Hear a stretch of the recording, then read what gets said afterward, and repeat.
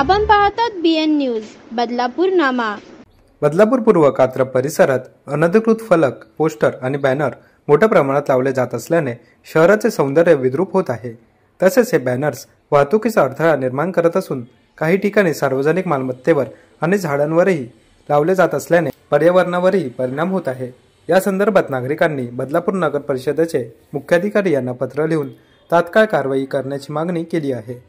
संबंधित बॅनर आणि पोस्टर हटवून भविष्यात अशा प्रकारास आळा घालण्यासाठी कठोर उपाययोजना करण्याची विनंती या पत्राद्वारे करण्यात आली आहे। नागरिकांनी या पत्रासोबत अनधिकृत बॅनर व फलकांचे छायाचित्रेही पाठवली असून प्रशासनाने तातडीने लक्ष घालण्याची गरज व्यक्त केली जात आहे। आता नगर परिषद यावर काय भूमिका घेते हे पाहणे महत्त्वाचे ठरेल। अशाच प्रकारचे नवनवीन व्हिडिओ आणि बातम्या पाहण्यासाठी चॅनलला लाईक, शेअर आणि सबस्क्राईब करायला विसरू नका।